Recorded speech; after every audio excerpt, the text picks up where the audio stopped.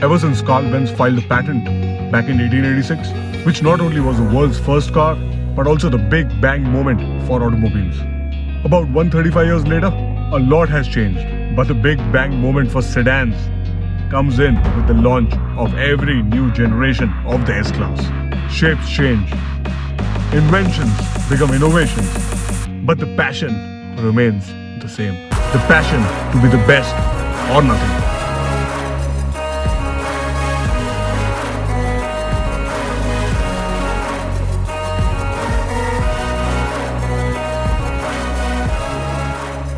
Just by telling someone you drive an S-Class reveals half your personality.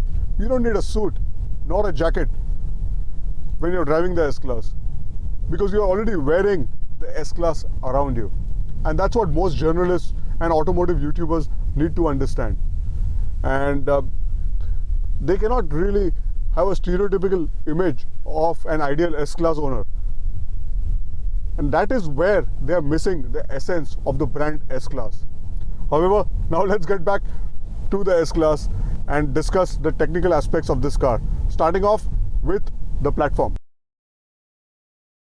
Many years ago, Mercedes had a total of 9 platforms, and just around mid-2015-17, they standardized all their internal combustion engines into 4 platforms largely, namely the MFA, MHA, MRA and the MSA. This generation of the S-Class belongs to the second generation of the MRA platform. Yes, so let me elaborate that. MRA is nothing but all the rear-wheel drive models of the Mercedes are under the MRA platform. And also, these also include the 4MATIC versions of those rear-wheel drive come under the MRA. So, even the upcoming C-Class will be of the MRA2 platform, which this S-Class belongs to. Also, this platforms actually spawns 3 different kinds of S-Classes. There is the regular wheelbase version, which is the W223. Then there is the Maybach version, which is the Z223. And this, which is the long wheelbase, is the V223.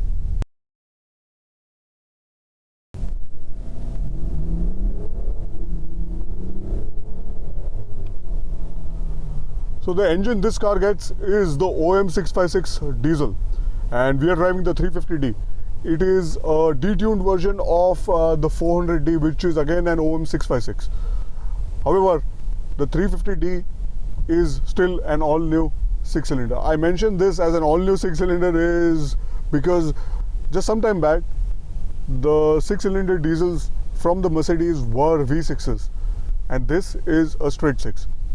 I have driven the straight 6 Mercedes diesels before, and if you remember that we had done the 350 diesel G-Wagon, so that was the same tune this engine is, 600 Newton meters, whereas the 400D which we drove in the GLS had 700 Newton meters, and that same engine was available in the launch edition cars in the S400D format.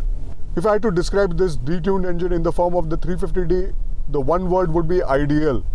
And it surely is, with the amount of power it generates, at the same time the amount of torque. You really wouldn't miss out that 100 Newton meters what the 400D provides. And it is always eager. But that's not how you want to drive your S-Class, right? Not only that, it's important to note that the 350D is a rear-wheel drive, whereas the S400D, the imported one, was a 4MATIC all-wheel drive.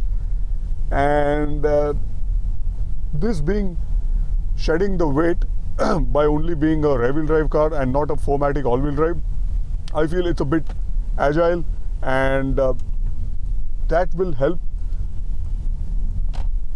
it to be slightly more engaging than the S400D. Just some time back, I was trying some acceleration runs, and even in comfort mode, you can light up the rear tires and see the traction control light flickering on the dashboard. So it is adequate, and I would say that somewhere the 255 tires may not be enough but just enough. The gearbox in this car is the tried and tested 9G tronic unit. I would say that this is doing a decent job, more than decent job, being in the S-Class, and it is not at all confused any point of time while selecting the right gear for the driver, and it's fast. But it's just that the only negative is that during double downshifting there is a bit of a delay. So that's the only critical feedback I have for this 9G tronic unit. But again, the personality of the S-Class may not demand those downshifts. Overall, I'd say that I've driven this car fast, as well as very fast in Sport Plus mode. But after those sprints are complete, I always turn back to the comfort mode, because the way the car glides and the way the engine feels, the overall relaxation you get when you're driving the car slow is much more satisfying than when you're driving your S-Class fast. If the S in the S-Class had to mean anything other than Sonderklasse, it would have very well meant suspension class, because the ride quality is absolutely fantastic. And I genuinely think, more than all the gizmos out here, the real party trick is the air suspension. And let me tell you, this misses out on the more expensive active body control suspension. Another comparison with the imported unit would be the tires and the wheels. This gets the downsized 19-inch setup, which makes it drive slightly better. Coming to the handling and steering bit, it's important to again highlight the fact that the SKD version does not get the 4MATIC, and being a rear-wheel drive, it is definitely more engaging. Plus, it would have lost a bit of weight. I think this weighs about 2.1 tons, so it's still a heavy car, but it does manage its weight very well in Sport Plus mode. And I would say that again, the essence of the S-Class has always been relaxed driving. See, again in Sport Plus mode, I think the car is hunkered down a bit. You can raise the car, and it does get raised in the regular comfort as well as the other eco modes. Not only the rear-wheel drive makes it more engaging, but it also makes it tail happy. And the traction control system was still on, and the tail did come out a bit. However, this S-Class is all about the relaxed driving manners, which will make the chauffeur-driven audience, and also sometimes the owner who takes the wheel on those weekend occasions, feel relaxed. And that is where the ride quality makes the S-Class shine. Comprehensively, the S-Class is like a yacht wafting over calm waters. And even if the waters get choppy, the ride largely remains unaffected in this generation of the S-Class.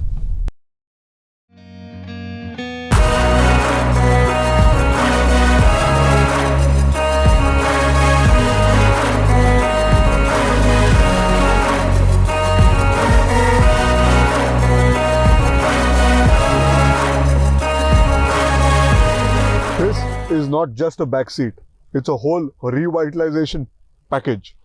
The ambient lighting, the seats, the music system, and the overall ambience reminds the owner what a great decision he's made buying this generation S-Class. However, I have a quick negative.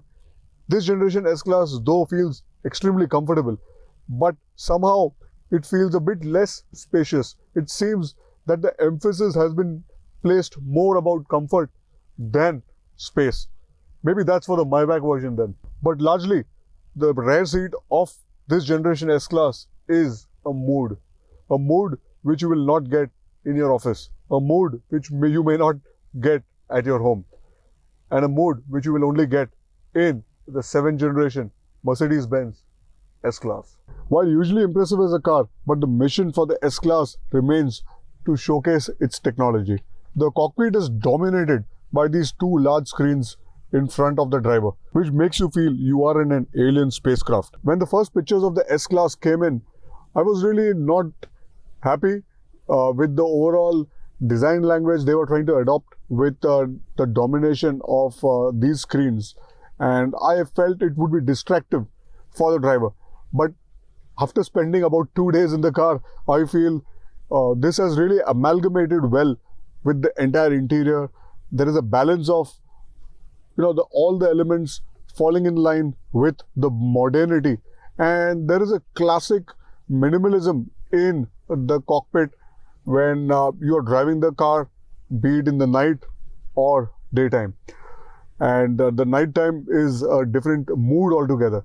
Also, coming to the screens, I feel this current software, the adaptation of the new generation MBUX platform is extremely smooth, even when you connect the Apple CarPlay, and I feel it's really faultless. Overall, it's absolutely like a Apple experience when you are feeling the screen, and that is a big compliment for the entire touch interface for this Mercedes. Overall, I love the interior, and if I had to actually point out the minutest of details where Mercedes have really taken care of the build quality, I would like to give you an example of the mirror. While you're setting the mirror, it feels absolutely solid and tells you a lot about the build quality and the care which has gone into making this interior. You put it into reverse, the camera quality is fantastic, and it's something like I haven't seen or experienced before in any other car. Things like the turn indicator sounds, those also have been actually mellowed down to make it properly non-obtrusive for the driver or the chauffeur-driven passenger at the back. Another important point I would like to highlight is the sound insulation. When I was driving in traffic, the sound insulation felt properly good. And another example I would like to give you is when you use the horn. When the door is closed and when you're actually in a proper city environment, you feel the horns are not working because the German horns are usually dual wind tone. But when you hear the horn inside the cabin, it feels as if one of the dual wind tone has actually conked off and just one wind tone is working.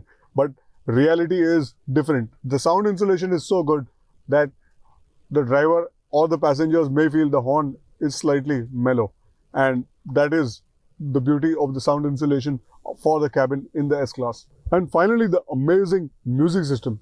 And let me say that the SKD version doesn't get the top of the line 30 plus speaker Burmester audio, but it does get a 710 watt music system, which is about 16-17 speakers, and they sound absolutely fantastic.